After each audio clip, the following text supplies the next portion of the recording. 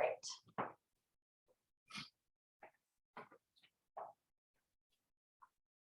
Hello, people in this room. We're definitely socially distanced, as we were just talking about, and people of the internet. Welcome to our first hybrid MSI seminar.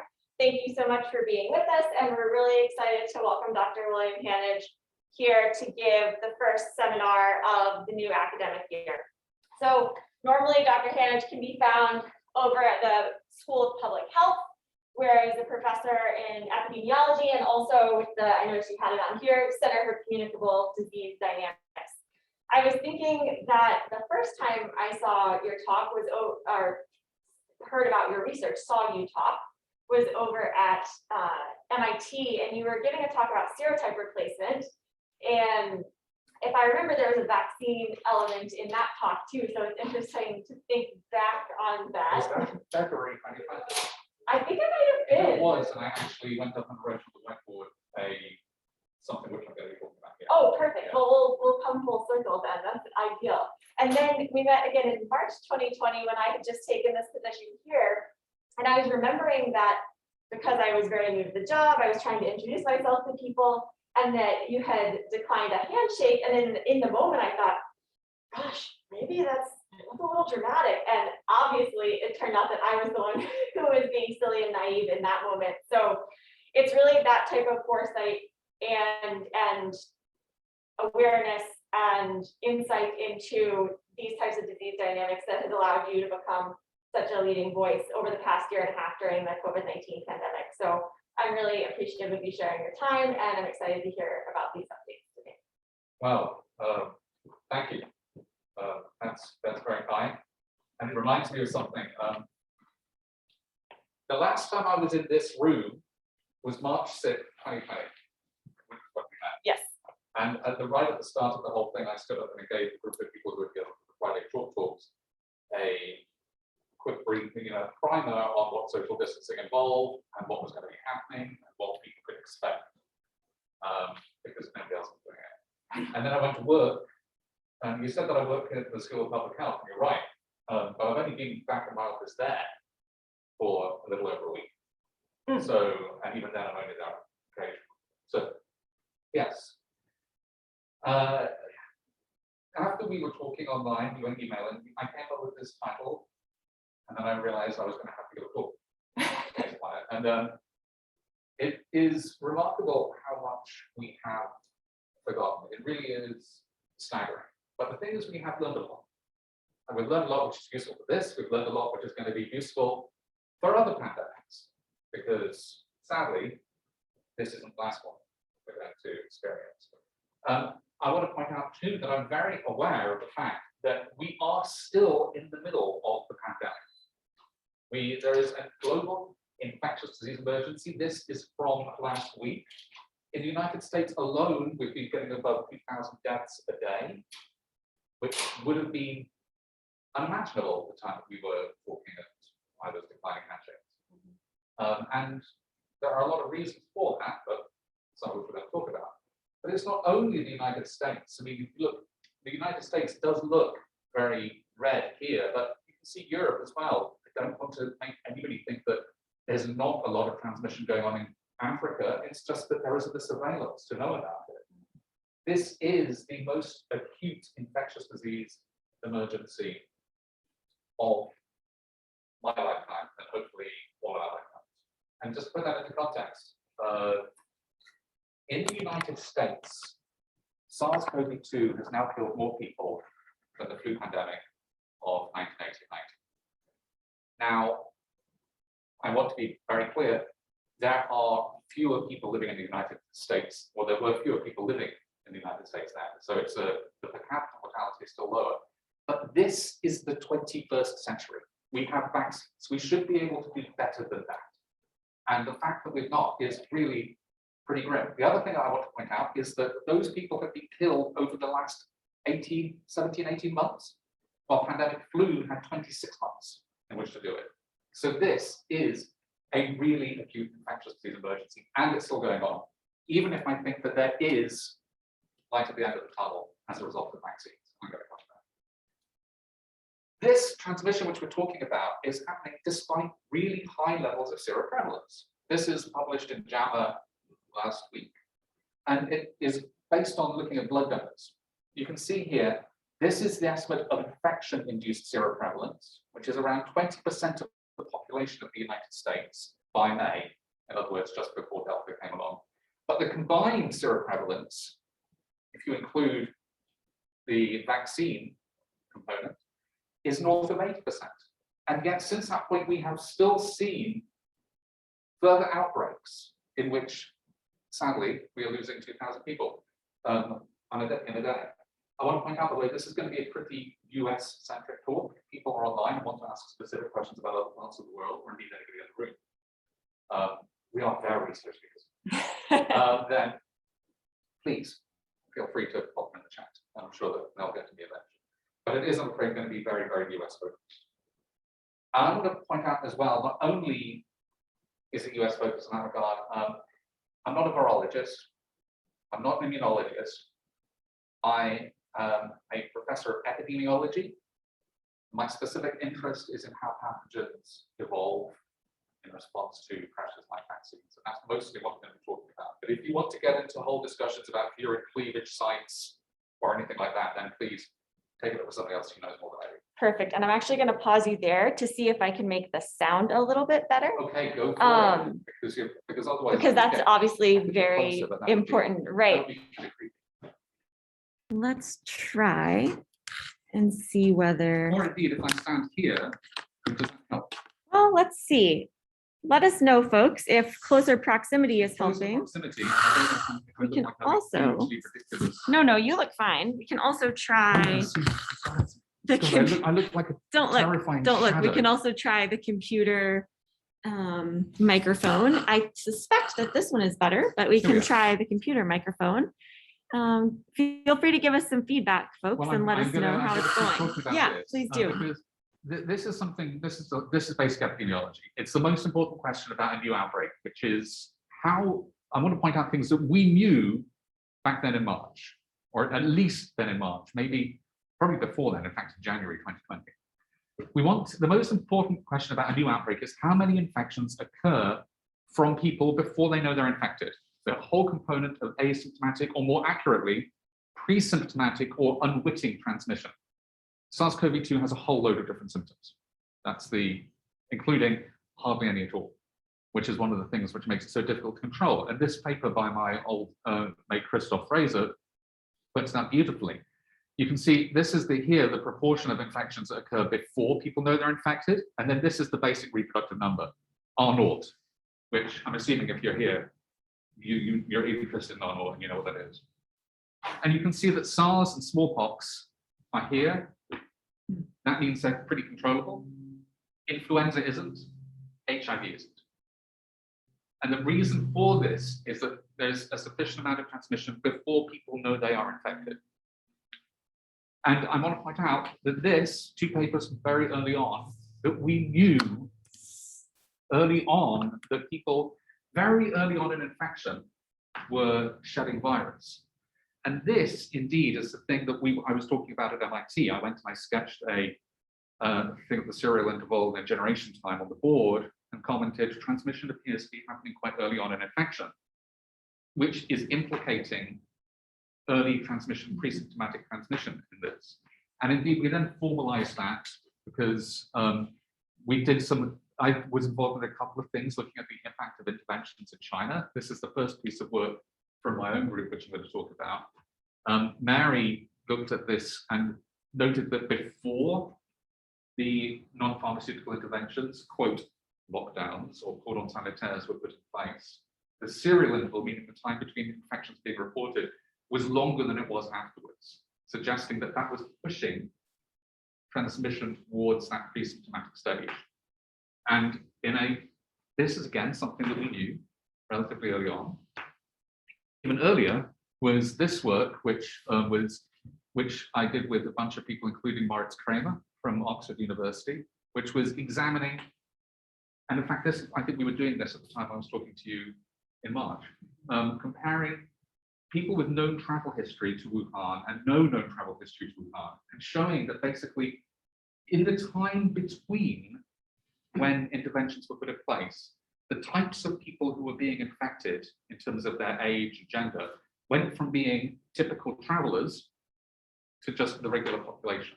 And this is something which has been seen again and again and again, which we keep going.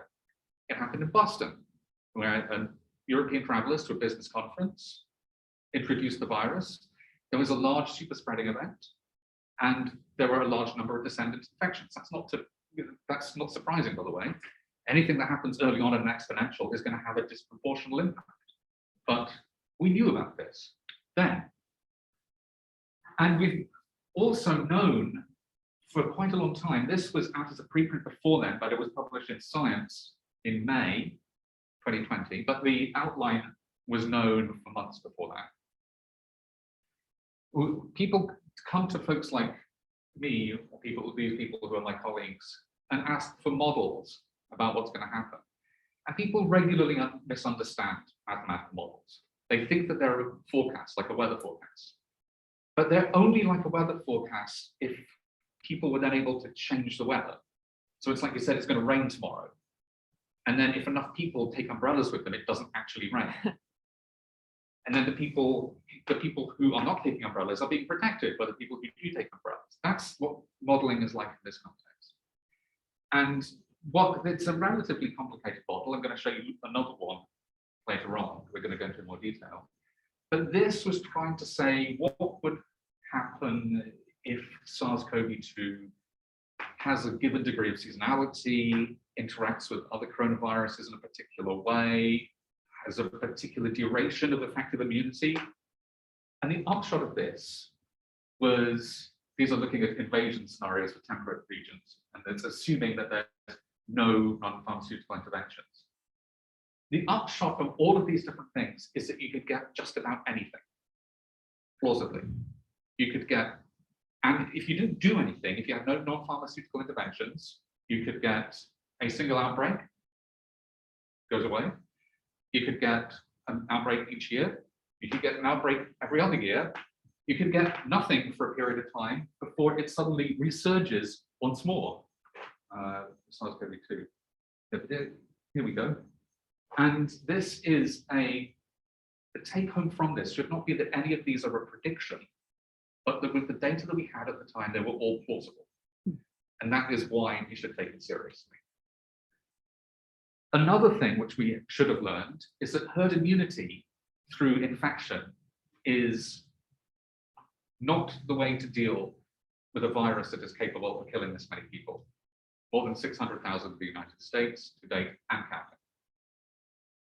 This figure illustrates this, and it's a classic epidemiological figure. It's the results of a very simple model in which susceptible people become infected and they transmit, and then when they recover, they are completely immune. And because they are completely immune, eventually the proportion of people infected dwindles to nothing. Because once they're infected, they can't be infected again. This is what people term herd immunity. But I want to point out to you, everybody seems to have thought that herd immunity is some finish line. You get there, ticker tape parade, it's over, we will go back to normal, fine. If you're keeping on mixing in exactly the same way, then even though herd immunity has been reached at this point, because this is the point at which things start to decline because there's not enough new infections happening. And so you get this great overshoot. In fact, the area under the curve here is larger than the area under the curve before. And that's the consequence of getting herd immunity through unmitigated transmission. Now, a lot of people will say with justice that this is too naive. It really is too naive. Among other things, the people who are more likely to be infected get infected earlier, which they will. Immunity in that group should count for more because they are a more likely transmitter of the infection. But you can turn that on its head. If you think about it the other way around, if you imagine that people who are most likely to be transmitting, or who are most vulnerable, are those who are least likely to get a vaccine, then you may find that you actually have to vaccinate more people than you might expect in order to control an infectious disease. It's a very slippery concept, and like we said in this article, the devil really is in the details. We've also learned about these persistent and shocking inequities and suffering. I'm not sure how zooming in you're able to see this. I should probably put slides online somewhere. But this was work that we did with Jarvis Chen, Nancy Krieger, Christian Testa, Maurizio Santiano, and others. And it's looking only over the first 2 surges in the United States. Spring surge, summer surge. And it's looking at the age-specific mortality rates by race ethnicity. And you can see here, non-Hispanic Black, over this period from May to June, May 3rd to June 6th, way higher than the others. And you can see too, the Hispanic or Latino here, July through to September, that's the summer surge across the South. And yes, it is much higher for older people. But look at it also when you adjust it. So this here is a rate ratio. It's how many times a person with given that age is likely to die, or relative to how a non-Hispanic white person of that age is to die over this period. Consider how much higher this is for non-Hispanic, American Indian, or Alaska Native. This really shows these persistent inequities. Infectious disease basically exposes and reveals the kind of society we live in. And hardly any better way than this. And it reveals itself in other ways. This is a paper that, this is from the same paper actually. We were able to find that complaints to the National Occupational Safety and Health Administration predicted significantly deaths 16 days later. And I'm not saying that complaints produce the deaths, but people often say that correlation is not causation, and they're correct, absolutely correct. But it doesn't mean that there is no causal network there. The pressure that was producing the complaints was the knowledge of local infection, was the knowledge of the threat, because people were aware people were getting sick. They were aware that people were not doing things to prevent transmission, and so they complained. And then the outcome of those actions were cases and deaths. So we can see all of these peculiar relationships. None of these things are particularly, I want to point out, this is only up to this point last year. And think about what's happened over the winter since then. And these are headlines, which point that out. This is from October last year, when Debbie Birx went touring the country, appealing to people to wear masks, to take the actions that would help. And it falling on deaf ears in many places. Why North and South Dakota are suffering the worst COVID-19 epidemics in the US? These I pulled off the internet last week. Florida governor celebrates ban on school mask mandates as more kids die from COVID. Kids are very unlikely to die from COVID or be seriously ill. This reflects enormous numbers becoming infected. And I need hardly say, as an infectious disease epidemiologist, I would rather that they don't become infected or be otherwise protected through vaccination. Mississippi's governor announces bold plan to do nothing to stop COVID. That was September 20th.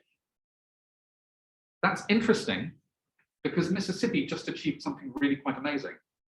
Mississippi is now the state in the nation which has lost the single largest number, the largest per capita mortality. This is more than 3,000 people dead per million population, or around 1 in every 320 people in Mississippi who died from COVID. If you look at the others, this grisly top table has been pretty dominated by New Jersey, New York, Louisiana, because Louisiana had the early Mardi Gras outbreak. These were the states that were dominated in infections early on, the spring surge, the thing when nobody knew, you could justify actions by saying we didn't realize what was happening. This has happened since then. When we knew, when we forgot the things that we learned. And the next thing I'm going to talk about is a paper that is in preparation with Justin Kasiuk, a number of other people, Maurizio again, Nancy again, examining the 3 pre-vaccine phases of the pandemic. Up till now, we have got to this point last year. we are now including the September-February wave. Nationwide, more than 50% of the deaths, up to the point where we're looking at here, which is before vaccines, so it's February of this year, 54% of deaths took place between September and February. And you can see that this was very much the majority in the West, the South, and the Midwest. This is slightly weird doing this. I feel a little bit like I'm reporting the weather or something. Whereas the Northeast, it was a little more than a third. And that reflects a number of things, which we're going to get to. But you can see that starting off, these are the counties. Whoops, I did that wrong. This is better. These are the counties where things were common in February, May of 2020. It had then penetrated, especially across the South, as you can see. And then finally, around this time, September to February, it made its way right into the middle of the country. And all of those Midwestern counties start to light up. So we can break this down by clusters over time. You probably can't really see it online, unfortunately, but you've got this very big peak at the start, which is the Northeast. And then you've got this kind of this greenish, tealish, I'm bad with colors. That color is the summer surge, which gets quite high again in the winter, but was particularly distinguished as being present across the summer. And then this is the Midwest, those large cases, and this is in terms of deaths. It's notable that the early infection is persistently underdiagnosed because of the fact that people with their tests are just not available. So deaths are more likely to be captured in the statistics, and particularly true for the early part of the pandemic. And this illustrates the country by a bunch of other things. Because, I mean, they do say e pluribus unum. I mean, one out of many, and this is how many? Lots and lots of different. The nation varies hugely by median household income, population density, crowding, racial and ethnic makeup, and political leaning. Here we've got the blue is strong Democratic and the red is strong Republican, and this reveals something quite remarkable over the winter, the first full winter pandemic in the Northern Hemisphere. Because if you break these countries down by a number of things, you find that there's some relationships emerge that are surprising and even shocking. So for a start, the household crowding and population density, which were such good predictors of the amount of infection and death early on in the pandemic, actually declines. And the reason for that is because so much of the infection is taking place in those relatively sparsely populated Midwestern states, the heartland. You can similarly see changes in median household income, the racial makeup, but look at this. This is the political lead. Going from Democrat, this is death here, median death rate. Going from Democrat to more Republican, it increases across the board. And we've separated these out by the number of statewide interventions which have been put in place as recorded by the Oxford COVID-19 response tracker. So these, the blue here are those which have the strongest interventions. The dark red are the ones with the weakest interventions. They did the least. And then the orange is in the middle. But you can see here in these a huge difference, which is indicating the fact that places which voted particularly Republican were much more likely to have far more deaths over the winter. And it's even more than that. You can do it more formally because that's just an association, it's a correlation. You can actually do a multivariable analysis, which tries to unpick the contribution of things like the distance to the airport, the amount of obesity, political lead, and you can find two different methods, random forest and lasso regression. The single best predictor, once you account for the other things in the model, is the nursing home population. This is not surprising because nursing homes are particularly hard hit. There is that association of severe infection with age. But the second best in the random forest model, and third best after obesity and the lasso regression, is political leaning, which indicates the sheer force of this. Now, I'm not making any claims for a direct causal relationship, and it's a really complicated question, not least because some places may have been protected by the enormous amounts of immunity that have been built up during the very, very grim, difficult first few months of the pandemic. Nevertheless, it's a remarkable finding, and it should indicate to us that these things really matter. Our willingness to confront the pandemic. I'm now going to completely shift gear and talk about something completely different, but which is really important, and is the question of how we can expect emerging variants, which we've heard a lot about, to impact the value of vaccines. You've heard these headlines about, well, you've heard a lot of headlines about, we've got the double mutant, we've got the triple mutant, double mutants, and the mu variant, and then scariants. I'm going to point out most variants haven't really gone anywhere. And that's important to remember. And we're going to come back and try to explain why. Some, however, really have. This is Delta, bursting onto the United States scene. It's now detected in more than 99% of cases. This is what evolutionary biologists or population geneticists call a selective sweep. It's just wiped everything else out. It's a really transmissible virus. So we expect the virus to evolve.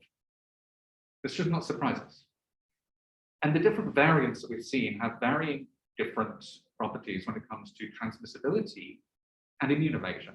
And one of the things which has really, really wound me up is how much people have gone on and on about immune evasion during the pandemic phase of this. Because immune evasion isn't what matters, it's transmissibility is what matters. And it's especially true when you have a vaccine. And I'm going to illustrate to you why.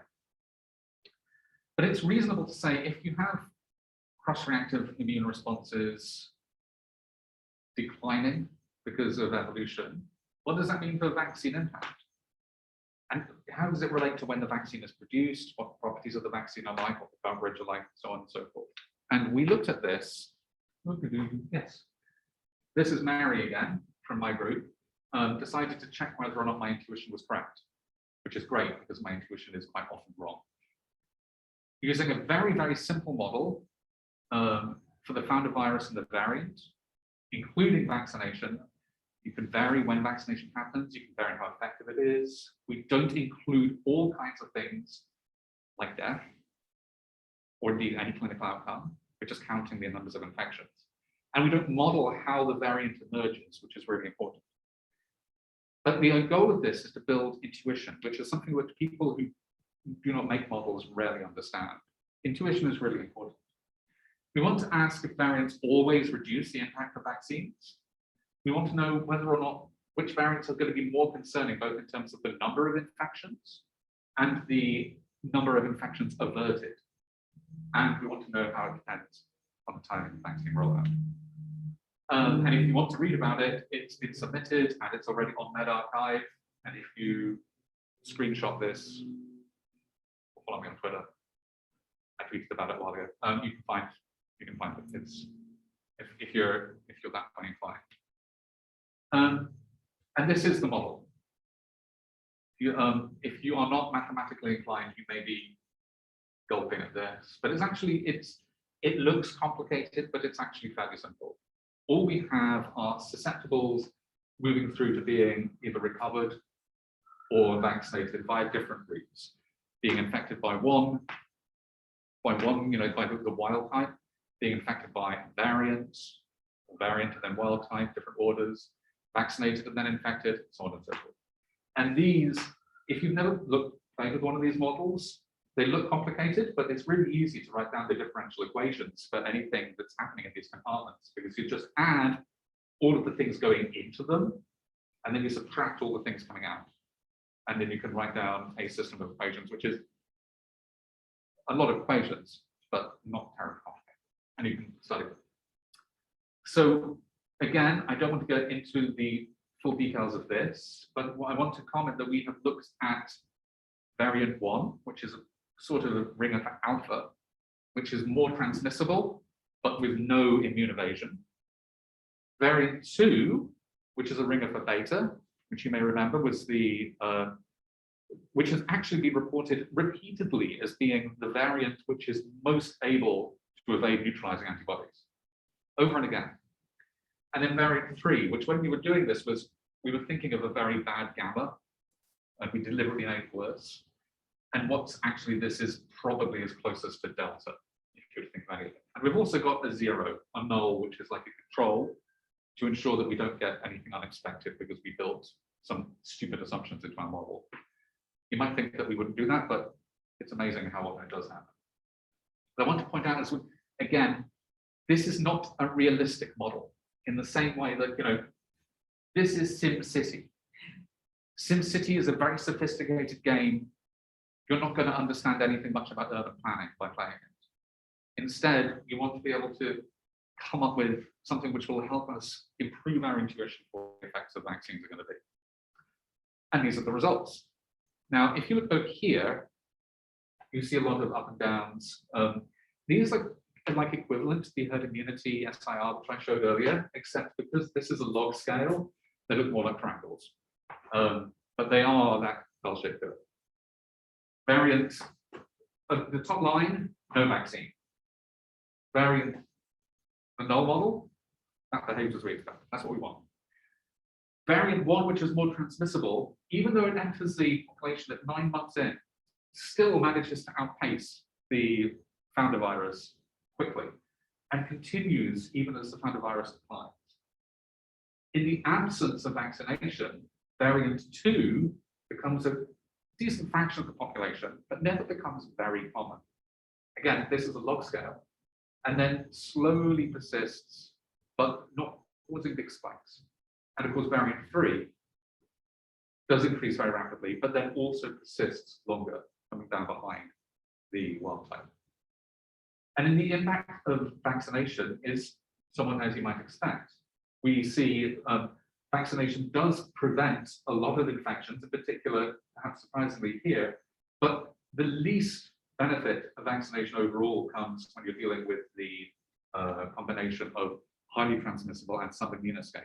But I want to point this out. This is the total infections averted by vaccination. So this is what you would expect with just a wild type. With a more transmissible variant, which is non-immune escape, you avert more infections because you would expect more infections. And even with variant 3, which is a combination of more the Delta variant, effectively, you prevent more infections by vaccination. It's because there's a larger pool of infections that would be expected due to the high transmissibility. And it's true that if you look at the percentage of total infections averted by vaccination, yes, this is lower. But the upshot of this is that the arrival of Delta definitely makes things worse. But it's also true that it doesn't mean that the existing vaccines will not help, and will not help hugely. We might like to have a better vaccine, and we can certainly work on one. But the ones that we have are still helpful. I'm now going to show you a few figures which are looking at the varying the start date of vaccination and how long it takes. So down in this corner is doing it early on and really quickly, like a few months. And then this is starting late and doing it slowly. And they're heat maps. So you can see, ooh, and they're kind of particularly dark as well. So you can see the results of these. And I've used this to see what happens when you relax non-pharmaceutical interventions too soon. And this is all relative to the situation where these are excess infections relative to the situation where you were keeping in place masks, ventilation, social distancing until 100% of the population is vaccinated. And you're doing this well, you're relaxing them when it's once 50% of the population is vaccinated. And you can see there's a lot here in variant 3. And you can see also that because efficient vaccination prevents cases and the resulting immunity, then you can actually get more by starting infection early on and doing it quickly. So we have non-intuitive outcomes, but relaxing non-pharmaceutical interventions too soon, I don't think you can see this because of the light, but with variant 1, which is more transmissible too, you get more infections. And then if we change the baseline efficacy of vaccines from 95%, which was our initial assumption, to 70%, again, we get excess infections in variant 3, and also, probably can't see it online, in all of them.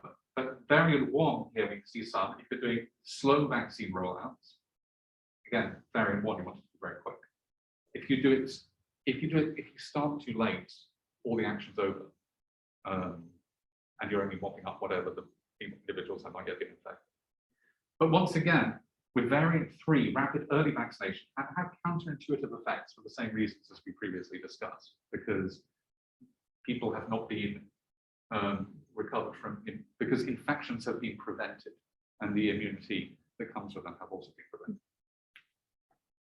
And the upshot is that immune escape during the pandemic phase is never particularly great for the virus, unless it comes along with greater transmissibility, which is what Delta has. There's one exception, which is if you have the worst of all worlds, you have low vaccination coverage, you have low vaccine efficacy, you have no MPIs. And there you can see a significant number of additional total infections and indeed variant infections happening with variants 2. But I want to point something out here. This here, you may not be able to read it, is the percentage of variant infections that are reinfections and breakthrough infections. So a lot of these, there are more infections, but they're either reinfections or in people who are vaccinated.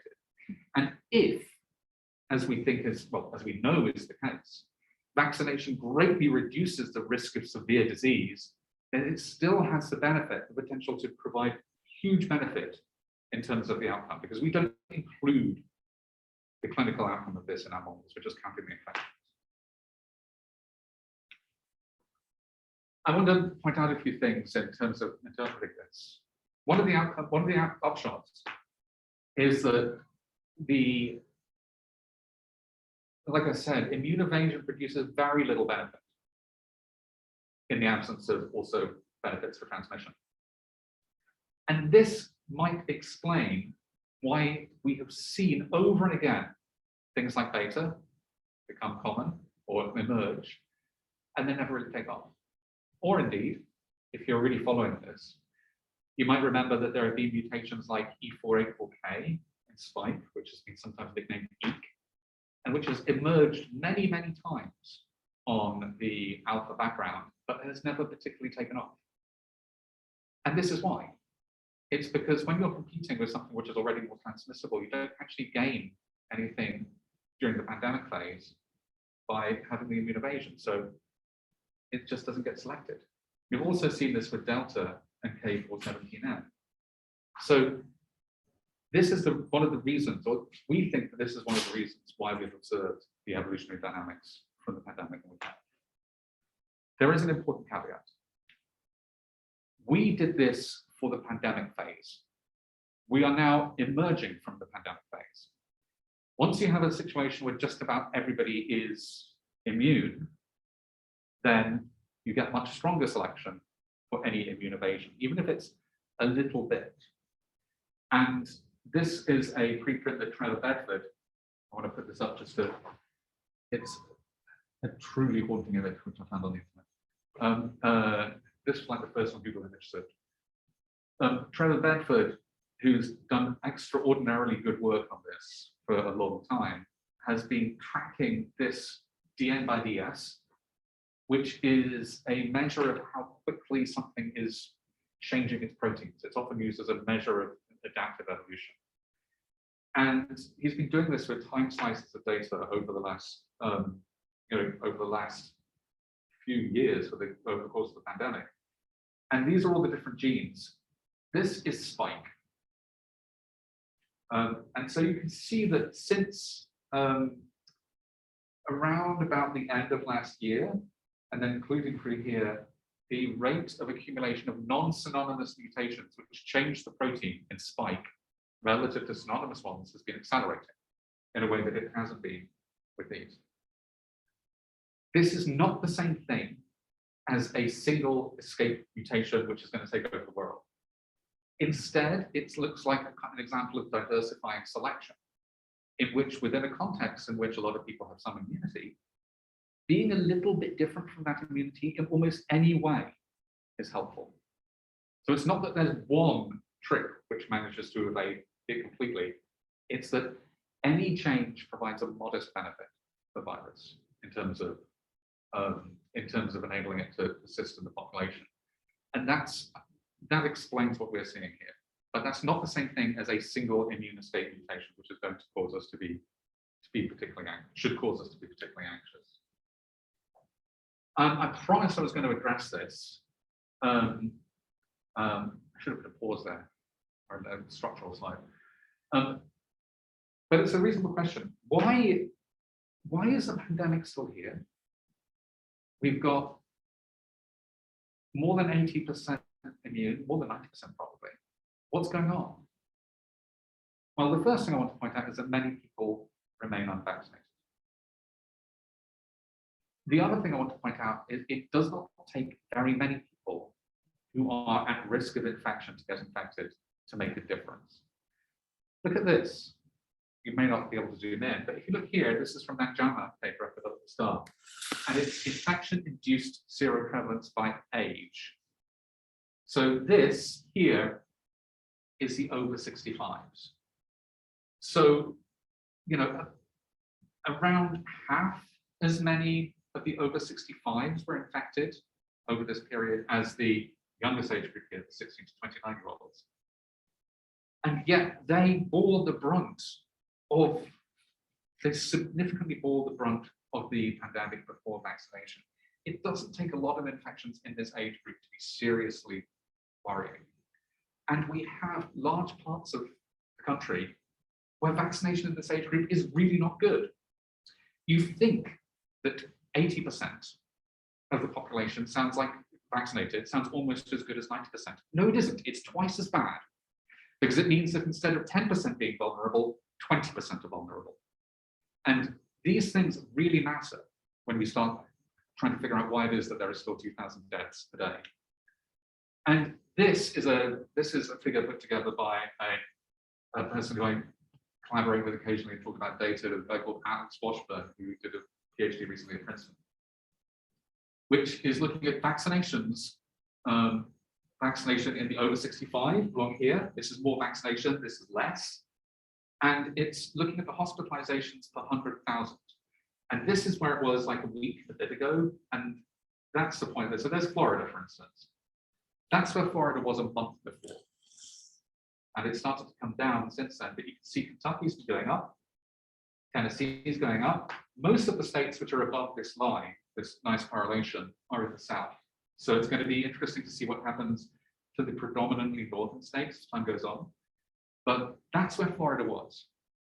And I want to put that there because this should be a sign for all of these states which have less than 65% of the population, over 60, sorry. Oh, yeah, that's 80%. That have less than 80% of their population over 65 fully vaccinated. It can get that bad. That's something which it's important to remember. And this actually is an animation which shows the, again, states, the vaccination rates in different states increasing over time. That's Florida, and this is how Delta arrives. And you can see it again here. Each one of these points is a state, and then there goes Florida. That's it, hospitalization per 100,000. It's really high and it starts to come down. So again, the vaccination rate can help all of these which are here. They're starting to bubble up, but they're not bubbling up in the way that the under-vaccinated states are. And this is, again, This is a very old GIF now. That says July 10th, 2020. It was produced by Christian Tester. It's looking at it's visualizing the lag between cases and deaths. Cases are here, deaths are here. This is quite early on. There goes New York. Lots of cases, and then gradually it moves over here as the deaths start to build up as well. And we start to see this relationship, emerge. And I mean, this is a static image of it. And this is July 2020. This, with New York and New Jersey, is how bad it can get. That's something which is important to know. You can see down here, where's Mississippi? There's Mississippi there. Already quite bad, but it was going to overtake New York and New Jersey.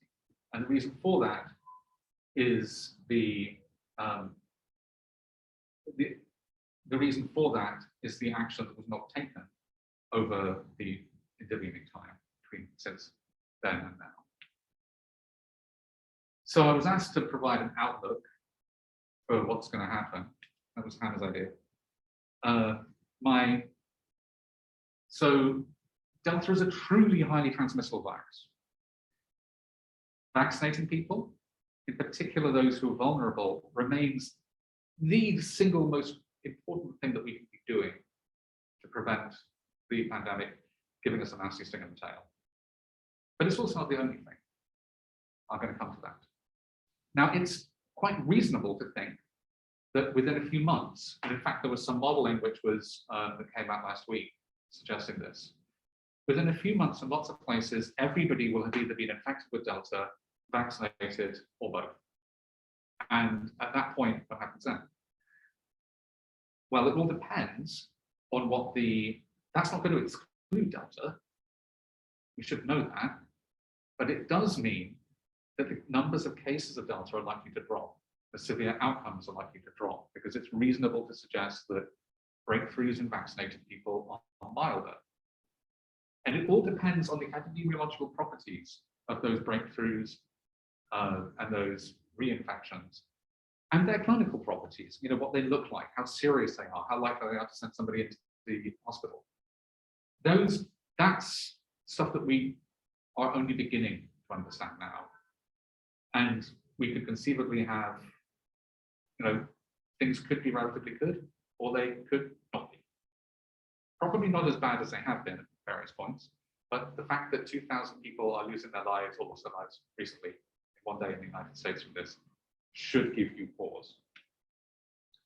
I want to put out locally here, this is the wastewater data, which has been put out by a combination of the Massachusetts Water and Rural Authority and BioBoc.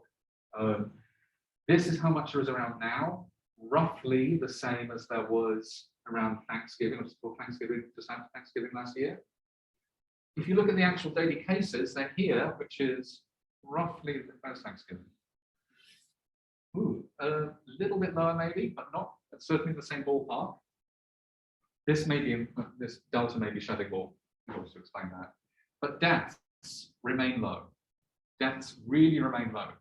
In Massachusetts, we've never reached those highs of the first surge again, thankfully.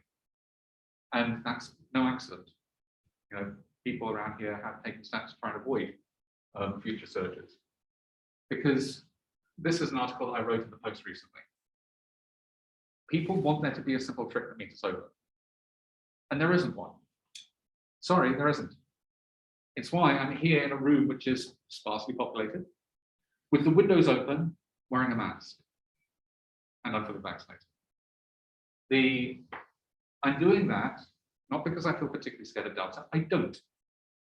But because I don't want to contribute to a continuing surge or an uncontrolled spike of infections, which is going to mean that those folks who remain vulnerable are going to get infected in a short period of time.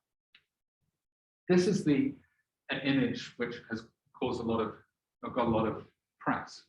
The Swiss cheese respiratory virus pandemic defense.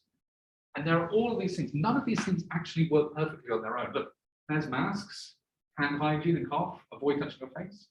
If you only do one of these things, that's not as helpful as doing all of them, or as many of them as you can. And I know that they have the misinformation mouse chewing new holes in the cheese. But I also want to point out that this last one here is vaccines. Vaccines is one of the slices. It's probably the single most important thing that can be done, but it is not the only thing. And given that it is not the only thing, it helps us if we can manage to find ways to keep doing the things which are easy. Because, I know I'm wearing a mask, but my life has been utterly transformed in comparison with what it was this time last year. And I think I speak for many people who have felt the same thing. It's not a lockdown and nowhere near it.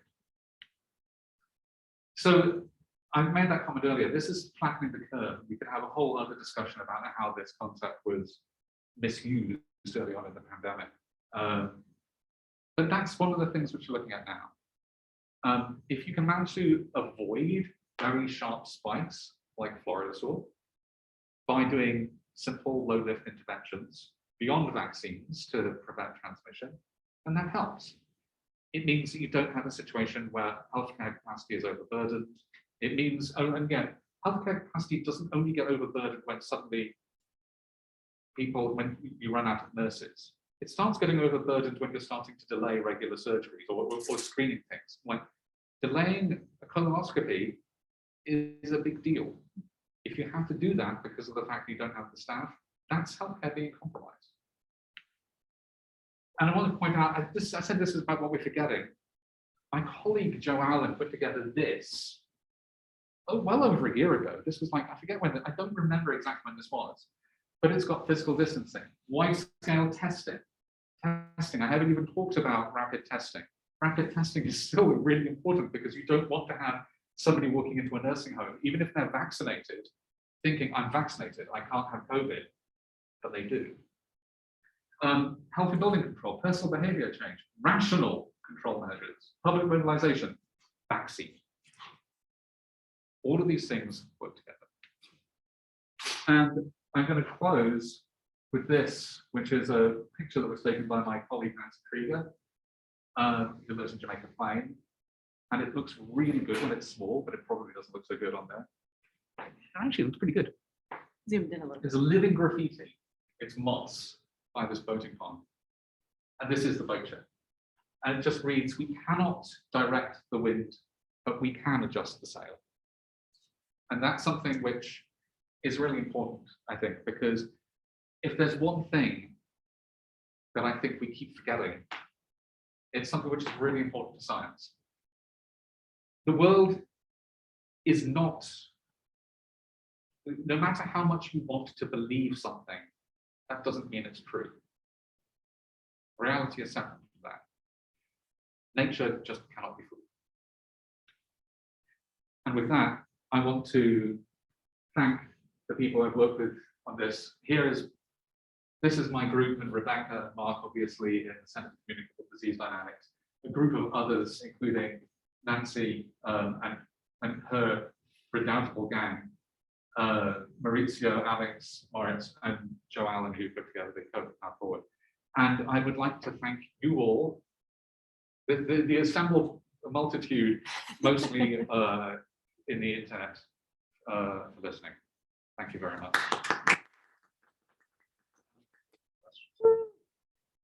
Thank you so much. I'll be happy to moderate questions from any folks online, but first, do you all have any questions? And I'll give folks online a moment to put them into the chat or to raise their hand so that I can know that you're around. I have a theoretical and a hypothetical question. Theoretical.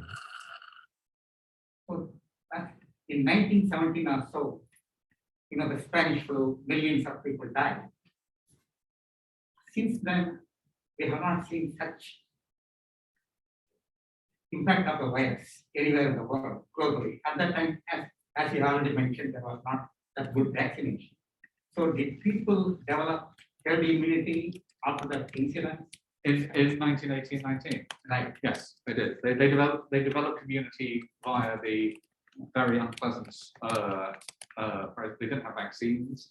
They did have masks, and there were protests against masks, and there were protests against interruptions of liberty and so on and so forth. And you tend to, it's not clear how many died. Reasonable estimates are 40 million to 50 million. Out of interest, if you compare with other flu pandemics since then, they are much smaller, like 1.5, 2.5 million maybe.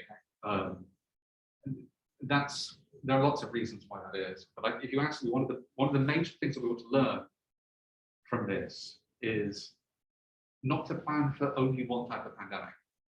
Coronavirus is a bad flu, and we shouldn't let ourselves be focused on trying to fight the last battle, but anticipate the ones that we might have in the future.